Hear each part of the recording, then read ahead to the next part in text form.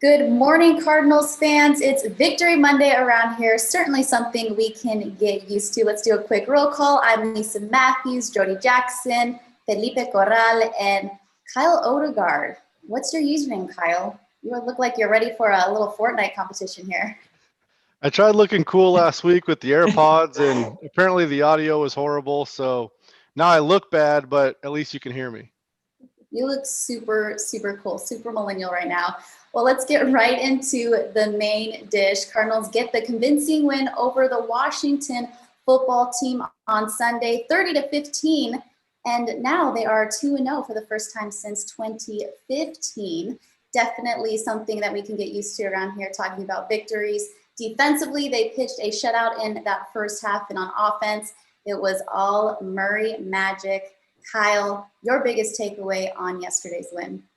I think it has to be the defense and how well they played. Like you said, shutting out Washington in the first half, and they gave up some stuff late, but at that point, you're almost playing prevent defense and not letting any big plays hurt you. So the fact that they've strung together two really impressive defensive performances has been the surprise to me. There was so much talk about this offense throughout the offseason, Kyler Murray, DeAndre Hopkins, and they've certainly had their moments, but the fact that the defense has been pretty much carrying this team through the first two games, it's been a surprise and obviously a very good one for the Cardinals. Jody, what stood out to you? Yeah, I think you're right. And you'll see some of my selections a little bit later in the show. They do revolve around the defense because I want to give them a lot of credit. But what you're seeing in this game offensively, too, was a little bit more spread out, which is not a surprise because what we saw from DeAndre Hopkins last week was a record. But just the way this game unfolded, they were never really they were in control early, and then we saw in the second half they let up a little bit, and in the comments after the game, everyone seemed to learn a little bit from that. But it was good to see. It was good to see them take control, and even though they made some mistakes here and there, they made enough big plays. And you're right, Kyler Murray, we all have seen it. He's a total game changer, and this year more than last year, he is dictating some of these quarterback runs. It's not the other way around. And everyone's on board another year in for the players that were here last year. And it's been really impressive. And I don't think, and this was echoed last night, I think the offense isn't even fully there yet. It's going to be real scary. And we saw a lot of those other weapons getting involved yesterday. For example, Larry with 7 catches. We saw Dan Arnold with a big catch later in the game. So it's exciting to think about all of the things and all the play calls they're going to be able to deploy as the season goes on. How about you, Felipe? I think I read a stat on the broadcast yesterday. I think the last time the team started off 2-0, they made it to the NFC Championship game. I know it's 2 weeks. I'm not trying to get ahead of myself or any of that, but that's an interesting. And let's not sleep on the special teams. Again, for the second straight week, make a game-changing play that really set the tone, moving forward. And, you touched on the offense. So it's going to be scary once everything does click, but, I'm feeling good. Lisa? Cálmate, Felipe, already trying to crown us the champs over here. I certainly agree. There's certainly so much to improve on. They aren't satisfied just yet. In fact, let's head into the victorious locker room speech, a look and a listen into Cliff Kingsbury handing out his game balls.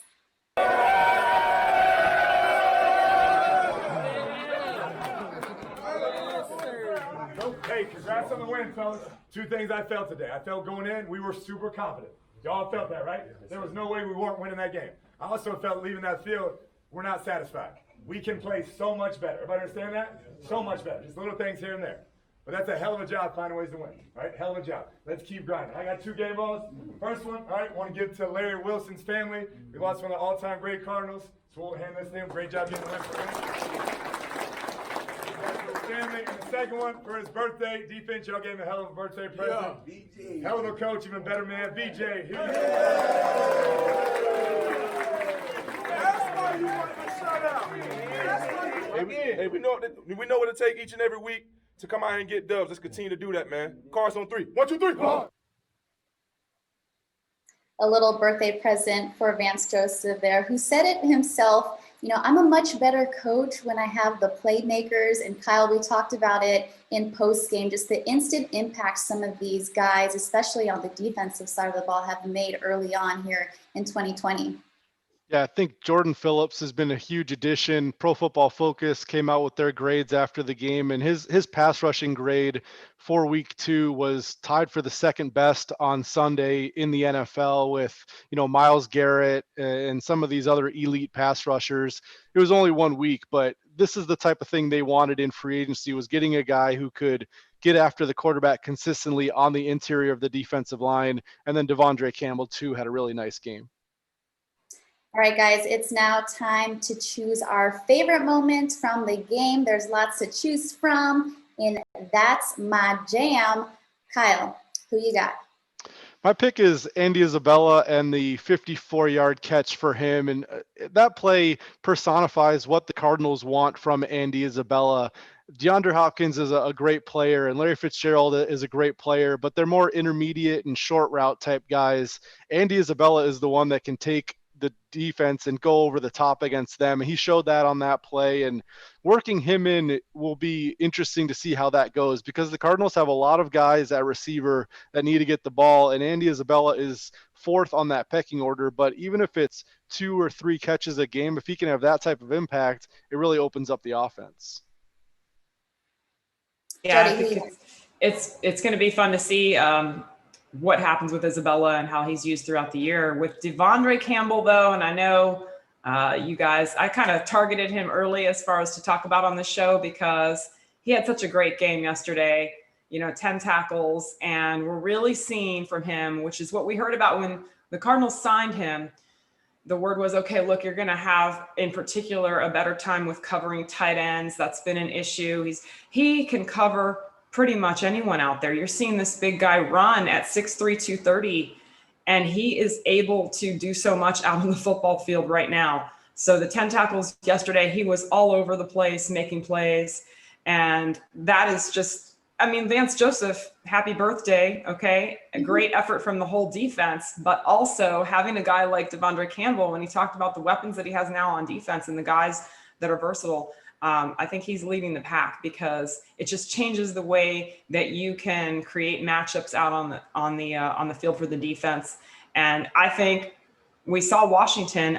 They tried to piece it together late. They did make some plays, but early on, the defense really set the tone. Devondre Campbell led the way with the ability, we're shutting it down. You don't have many holes to run through. You don't have many lanes to pass in. And Campbell was a big part of that. So Felipe, who you got? I know in week 1, Chris Scheffler, he had one impactful, and they wanted to do the same thing in week 2. And we saw that on that 4th and 1 jet sweep where he handed it off to Kirk. But, what impressed me about this play specifically is you see all the different types of weapons on the field at the same time. You have Hopkins lined out left. You have Katie as a tailback. You have Kirk lined up out to his right, and then you still have Kyler Murray in that mix. So it just showcases the versatility of that offense, that Kingsbury magic when we talk about his offensive play calls. And that's what stood out to me. Lisa? Yeah, especially with the lead there, Felipe, he was able to get extra creative there. Now, my jam of Sunday's game, you know what? I'm going with Murray's 2nd rushing touchdown of the day. It was a 21-yard run into the end zone and just making this defense looking silly. Look at this little juke there, getting into the end zone, smooth like butter. It made it 27-3 at that point of the game. And again, Jody, you touched on it a little bit. We're just seeing him have such confidence now in year 2, making a lot of plays there with his feet. And just, I think in the broadcast, Dave Patch was saying some prayers for those defenders. Alex Collins there on the ground. It was a little payback for the interception that he had earlier in the game, but ooh, look at that. So yeah, smooth. He had a little nice celebration after that too. So I'm enjoying seeing him have fun out there here in his sophomore campaign. And the throws that he made were unbelievable as well. The throw to Isabella's and Christian Kirk. The combo that he has, and this is not news to anyone. This is why he was drafted where he was. But the combo of running and the ability to the quickness, the speed in the open field, but also the quickness, I think, just shifting gears and making, like you said, Lisa, making defenders look silly. And then the ability to throw, the throw to DeAndre on the sideline. He can, all the throws, the accuracy of the arm, and he's just getting started. That's why everyone's so excited. Felipe, I saw you tweet out something, and it was just posing the question, how can defenses prepare for a guy like Murray? There's no one else as a comp that really you can compare to him and with his skill set. So if you're a defensive coach, how do you do it? Well, luckily I'm not a defensive coach, and I really wouldn't want a game plan. I got a lot of people hating on it. I'm not saying he's better than Lamar Jackson. I'm not saying he's better than Russell Wilson, Patrick Mahomes, and those guys, but Kyler Murray is the complete package. And I always reference Madden. When you go on their franchise mode and you're trying to create your own player and all that, you basically try to create what Kyler Murray is. Someone that's equally as dangerous with his legs as he is with his arm. And like I said, luckily I'm not no defensive coordinator, no linebackers coach or any of that. It'd be a nightmare. Yeah, like Ron Rivera said, it gives him anxiety trying to plan to defend him. Now, Kyle calls him a cheat code, which is very fitting right now with his headset on, looking like you're ready for Madden yourself. Let's get into our Rise and Shine player of the game. Kyle, you're up first, and let me guess who you're going to roll with here today. All right, guess. Kyler Murray. Correct. Like we've been talking about, he is a cheat code, and I think that was a great analogy, Felipe. If you're creating a player in a video game, you want the guy who's the mobile threat and can also throw. And in the NFL, in real life, it's so rare because a lot of these mobile guys don't have the ability with their arm to beat teams deep like Kyler Murray showed. So, yeah, 286 passing yards, 67 rushing yards, 3 touchdowns in this game. A really impressive performance. And like you guys touched on, he hasn't completely reached his pinnacle at all. There were some issues in the passing game in this game. So I think once he puts it all together and the rhythm is a little bit better, he could really even take another step. So clearly the skill set was once again on display. He's probably the most unique quarterback in the NFL. And now I just wonder, how much better can he get once everything really starts flowing offensively? What do you think, Jody? Who stood out to you? Okay, so I've just realized that I kind of mixed up my jam and my Rise and Shine, and you guys already knew that. So my player was Devondre Campbell, but I'm going to call an audible here, and I'm going to, like I said, I'm going to stick with defense, and I'm going to go with a couple of linemen because my jam was going to be that moment when you saw Jordan Phillips go ahead and knock the ball out of Haskins' hands and Chandler Jones recovered it. And why was actually the sequence there, because you had Peters with the sack, who I felt it just early in the game, you're sending the message to Haskins, look, we're going to create a lot of chaos up front. And you could feel that. But then Kyler threw the interception.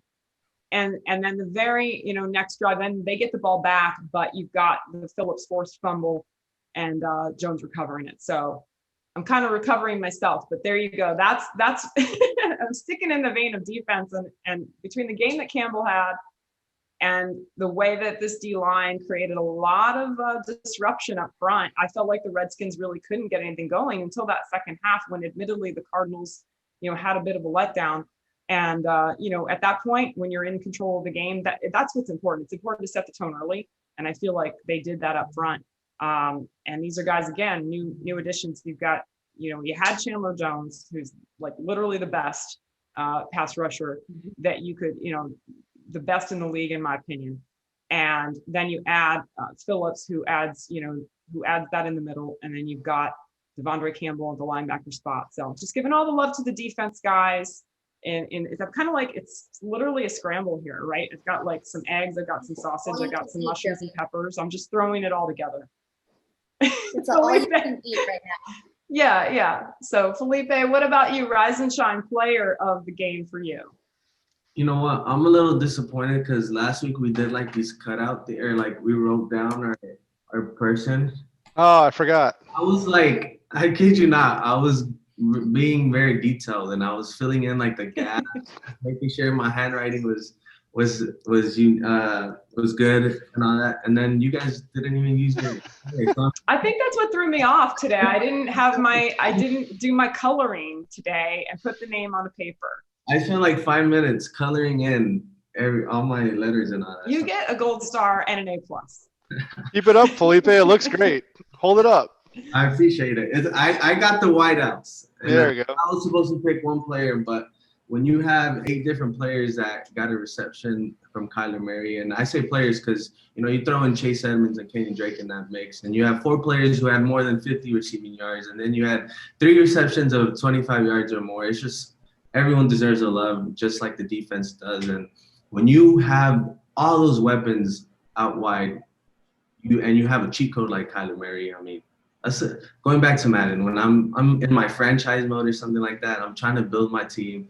I try to get guys like Larry Fitzgerald, DeAndre Hopkins, draft guys like Andy Isabella. It's just a well-balanced offense, in my opinion. And hey, what else can you say? Leap over here like, you get a car, you get a car. Over here. No, but I agree. It was great to see everyone kind of play a role, and I think that's something we're going to see moving forward. Obviously, D-Hop getting the most love week 1, but to spread it out, to have all these weapons. Murray, obviously excited to see some of his guys like Andy Isabella, Christian Kirk, who he has a relationship with, get more touches. Very important for him. So my rise and shine player of the game, I got to give love to Aaron Brewer. Long snappers are people too, right? And he gets all the love because he got a takeaway. And the way that it happened, obviously, with special teams units stepping up once again in another week, really building back that momentum shift for the Cardinals. Kyle, I don't know what direction you are for me, but elbow for you. Darrell Daniels forcing the fumble there, then he picks it up. I just loved his reaction. And I don't know about you guys, but during the game, obviously no fans in the stands, the players were loving the camera. You see Aaron Brewer up on the big screen. He's holding up the ball. He's cheesing from ear to ear. So for me, it was a really cool moment in the game. Not sure when I'm going to have another Aaron Brewer opportunity for Rise and Shine. So I had to throw him in here. And again, Jody, we're seeing overall this special teams unit stepping up. That's 2 takeaways in the last 2 games. Yeah, big plays. I mean, last week, Lisa, you're going special teams back, double dipping 2 weeks in a row. I like it because that was a real game changer when you look at the blocked kick, and they were in trouble at that point in the game. It was early, but so it's hard to say in trouble, but when you're down and you need something to happen, something good to happen. And so you're right. Strike while the iron's hot with Brewer. You don't know if you're going to get that chance to pick him.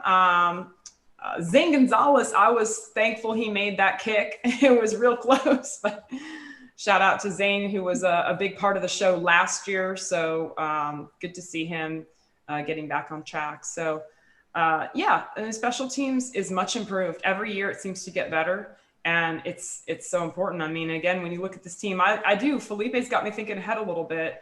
This team can win a lot of games, you guys, and they can be in situations in big games late in this season, playoffs, hopefully, and even big games beyond that. So special teams sometimes make the difference, right? And so all of this is building toward that situation when you're, whether it's the play calling, whether it's the defense, the stakes are going to get higher and higher. But yeah, with Detroit, Carolina coming up, I mean, this team that they talked about getting off to the good start in September, and it really looks like they have an opportunity to be great, be one of the great teams. And a lot of teams are scoring points. I don't know if you guys have noticed that. High scores early on in this season. But, the Cards defense has so far, shown that they can contain players from having huge games, and they're going to be tested more and more. But that's where it's trending right now. And it feels like this team's going to be one that can put up all those points. And the defense is going to be huge if they can contain these other teams and some of their star players. Yeah, it should be a lot of fun should this continue on. But, we're still on humble grounds here. So let's take a breather. We're right. 2-0, or as the players are 1-0, right? Every week is 1-0. So yeah, I get that. Over here on the Scramble.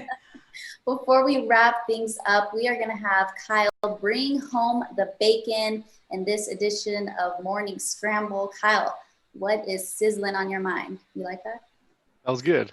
I think the idea that, some people are saying Washington is not that good of a team and the win doesn't mean too much. But I think anytime you go wire to wire against an NFL opponent, that means something. And blowouts are hard to come by in the NFL because the talent level is not, too big of a gulf, even some of the worst teams against some of the better teams. So the fact that the Cardinals did this, I mean, it's been a while since they've been up by 20 points at the half, pitching a shutout. And I just think it really portends good things to come for this team. I think good teams in the NFL have the capability to blow out bad teams. And the Cardinals showed that in week 2. And like you said, Lisa, it's only been 2 weeks, but there are a lot of good things churning for this team, and we'll see if they can keep it up. But certainly I think this is a very promising start, a team that's ascending in the right direction, and we'll see how it goes. But certainly the next 3 games are winnable, and if they can get off to a 4-1 or 5-0 start, there's going to be a lot of excitement and hype surrounding this franchise. Yeah, Kyle, I feel like with this segment, we need like a bacon drop, like a mic drop. We Really can, bring things home here.